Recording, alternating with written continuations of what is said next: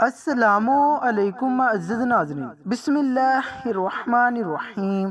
ناظرین، آج ہم آپ کو لے چلتے ہیں ایک ایسے پرندے کی کہانی کی طرف جس نے اپنے پنجوں سے ہاتھیوں کو اٹھایا۔ اس کے پنکھوں سے آسمانی بجلی کی طرح گرجتی ہوئی آواز نکلتی تھی، اور پھر ایک نبی کی بد دعا سے ہمیشہ کے لیے ختم کر دیا گیا۔ ایک ایسا عظیم الجسامت پرندہ جو اپنے پنجوں سے ہاتھیوں کو اٹھا لیتا تھا، کوہ میخ میں پایا جانے والا ایک طاقتور پرندہ جس نے انسانی علاقوں میں تباہی مچا دی۔ لیکن جب اللہ کے ایک پیغمبر نے اسے بد دعا دی تو اس کا کیا انجام ہوا؟ کیا عربی لوگوں کی کہانیوں کا یہ پرندہ سچ میں وجود رکھتا تھا؟ اور وہ کون سے پیغمبر تھے جن کا سامنا اس دیو اقامت پرندے سے ہوا؟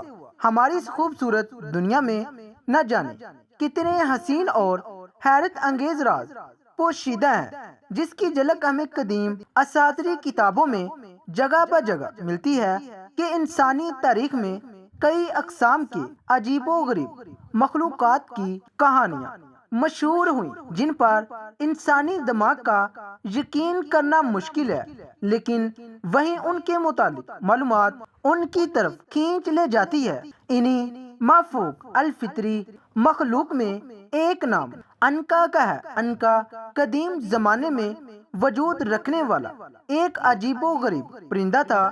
اس پرندے کی پرواز بہت دور دراز تک ہوتی تھی۔ کہا جاتا ہے کہ عنقا سورج کے غروب ہونے کے مقام پر پایا جاتا تھا۔ جسامت کے اعتبار سے یہ سب سے بڑا پرندہ تھا، یہاں تک کہ یہ اپنے پنجوں کی مدد سے ہاتھیوں کو اس طرح اٹھا لیتا جیسے چیل چوہے کو اپنے پنجوں سے اٹھا لیتی ہے۔ کہتے ہیں کہ جب عنقا ہوا میں پرواز کرتا تو اس کے پروں سے ایسی آوازیں نکلتی تھی جیسے بجلی گرج رہی ہو یا زور کا سیلاب بہہ رہا ہو۔ یہ پرندہ 1000 سال تک زندہ رہتا تھا اور تمام پرندوں میں سب سے خوبصورت پرندہ تھا۔ حضرت ابن عباس بیان کرتے ہیں کہ اللہ نے موسیٰ علیہ السلام کے زمانے میں ایک پرندہ پیدا کیا تھا جس کا نام عنقا تھا۔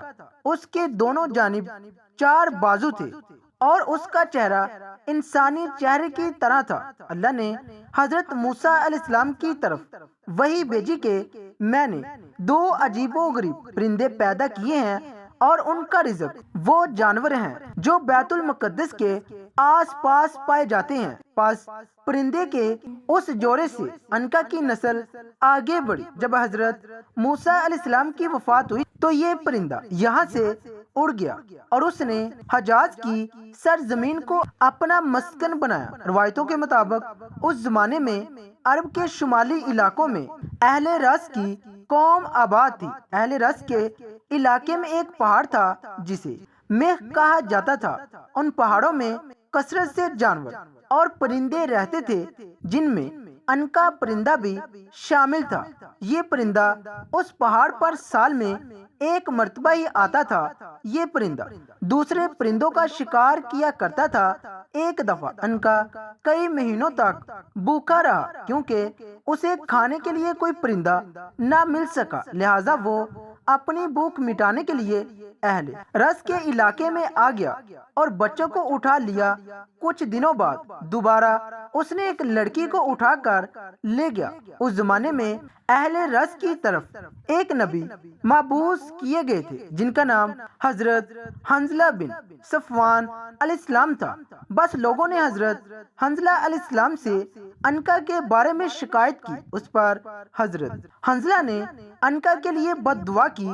بس عنقا پر آسمانی بجلی گری جس کی وجہ سے وہ جل کر ہلاک ہو گیا اور پھر دوبارہ کبھی اس نسل کا کوئی پرندہ اس دنیا میں نہ دیکھا گیا۔ مفسرین نے لکھا کہ اہل رس کو اہل رس اس لیے کہتے ہیں کیونکہ وہ جس علاقے میں آباد تھے وہاں ایک کنواں تھا۔ یہ کنواں ان سے پہلے کی قوم یعنی قوم سمود میں بنایا تھا۔ اہل رس اس کنویں سے پانی پیتے، اپنے مویشوں کو سیراب کرتے اور کھیتی باڑی کیا کرتے، اس لیے انہیں اہل رس کہا جاتا تھا۔ ان لوگوں کا ایک بادشاہ تھا جس کا نام البس۔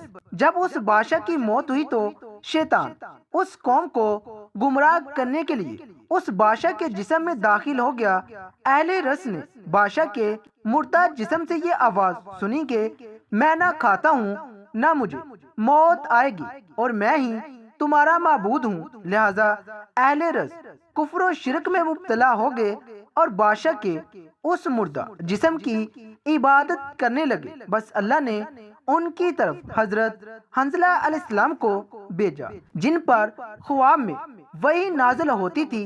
حضرت حنظلہ نے اہل رس کو بتایا کہ بادشاہ مر چکا ہے اور اس میں روح نہیں ہے بلکہ شیطان اس کے جسم کے اندر خلول کر گیا ہے تاکہ تمہیں گمراہ کرے، لہذا شرک سے توبہ کرو اور کسی کو بھی اللہ کا شریک نہ ٹھہراؤ۔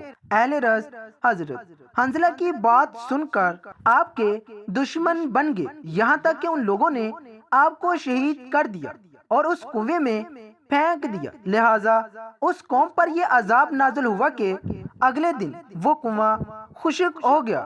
قوم کے لوگ کئی دنوں تک پیاس سے بدحال رہے، فصلیں سوکھ گئی اور کچھ ہی عرصے میں تمام لوگ مر گئے۔ درندوں نے وہاں حملہ کر کے تمام لوگوں کی لاشوں کو کھا لیا اور اس طرح اہل رس کا یہ سر سبز و شاداب علاقہ ایک وحشتناک بیابان میں تبدیل ہو گیا۔